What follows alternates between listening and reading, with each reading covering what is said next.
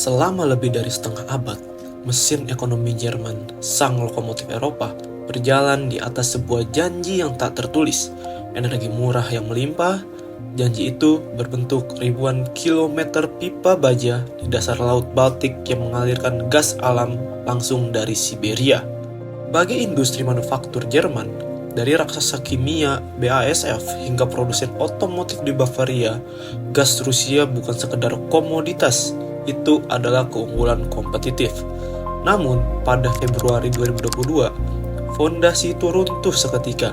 Ketahanan energi yang selama ini dianggap sebagai kepastian berubah menjadi mimpi buruk geopolitik.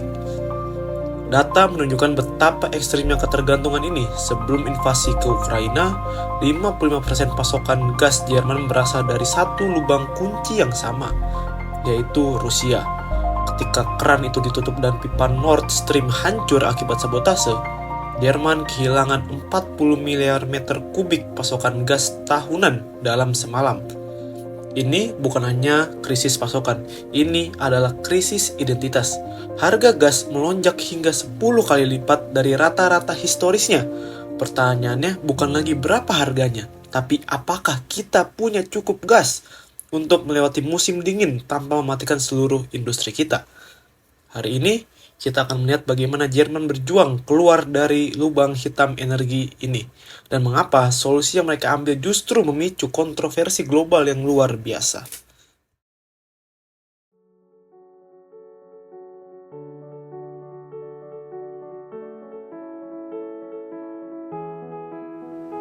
Jawaban Jerman terhadap krisis ini bukanlah mundur, melainkan melompat lebih jauh ke depan melalui energi Wende. Sebuah revolusi energi hijau, targetnya tidak main-main, 80% listrik dari sumber terbarukan pada 2030. Hasilnya mulai terlihat. Di tahun 2025, Jerman mencatat rekor baru di mana 67,5% listrik publik dihasilkan oleh angin dan matahari. Namun, statistik ini menyimpan tantangan teknis yang masif. Angin paling kencang bertiup di utara, sementara jantung industri Jerman berada di selatan. Masalahnya, kita tidak punya cukup kabel. Pembangunan grid atau jaringan transmisi Südlink terus mengalami penundaan akibat birokrasi dan protes warga lokal.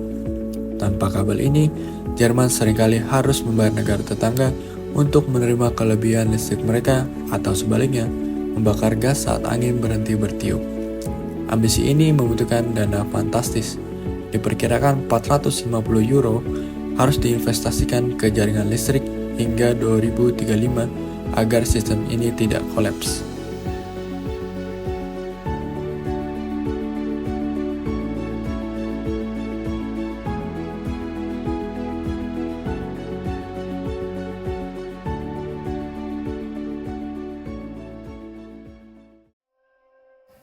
Namun, di tengah perjuangan mencari setiap volt listrik, Jerman melakukan sesuatu yang dianggap dunia sebagai kegilaan ekonomi.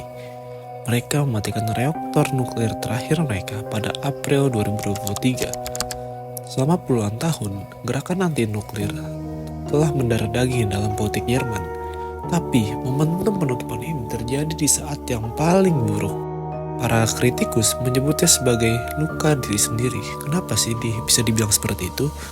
Karena nuklir adalah sumber energi beban dasar atau baseload yang bebas dari karbon. Data berbicara pahit di sini. Akibat penutupan nuklir, Jerman terpaksa mempertahankan ketergantungannya pada batubara lignet. Dampaknya, intensitas karbon Jerman masih tertahan di angka 381 gram CO2 per kilowatt jam. Dibandingkan dengan tetangganya, Prancis tetap memeluk nuklir dan hanya menghasilkan 56 gram CO2, Jerman sang pendekar hijau justru menjadi salah satu pencemar terbesar di Eropa demi sebuah prinsip politik.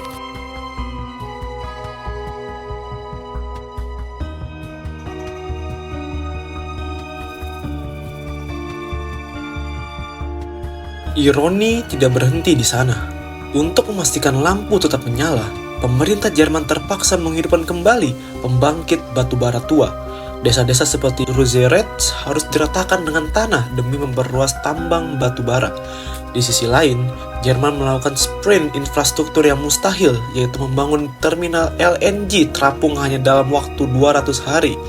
Sesuatu yang bisa memakan waktu 1 dekade, Jerman kini membeli gas cair dari Amerika Serikat dan Qatar dengan harga yang jauh lebih mahal daripada gas pipa Rusia. Bagi industri manufaktur, ini adalah lonceng kematian. Sektor industri intensif energi mengalami penurunan output hingga 17%. Tanpa energi murah, label Made in Germany terancam kehilangan taringnya di pasar global, di mana kita melihat deindustrialisasi nyata terjadi di depan mata.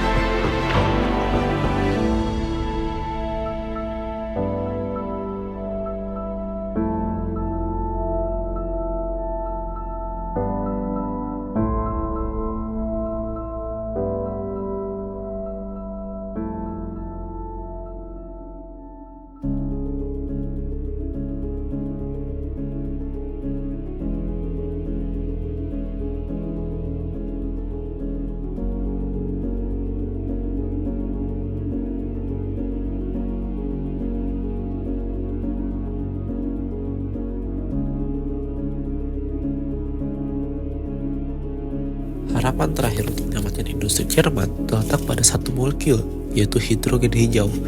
Pemerintah telah meluncurkan strategi nasional untuk membangun 9.700 km pipa hidrogen pada tahun 2032. Rencananya adalah mengubah pabrik baja dan kimia agar beroperasi dengan hidrogen, bukan lagi gas fosil.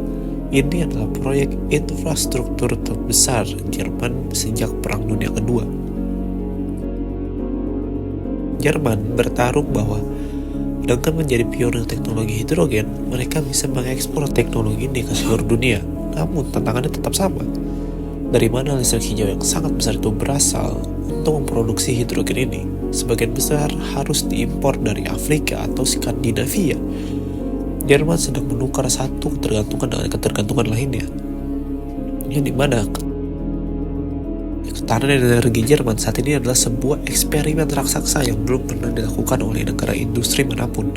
Sebuah pertaruhan antara idealisme lingkungan dan kelangsungan ekonomi. Jika berhasil, Jerman akan menjadi cetak biru dunia untuk masa depan tanpa karbon. Jika gagal, Jerman akan menjadi peringatan tentang bahaya transisi yang terlalu terburu-buru tanpa fondasi yang stabil. Satu hal yang pasti, era energi murah telah berakhir dan Jerman kini harus belajar bertahan hidup di dunia yang baru dan lebih mahal.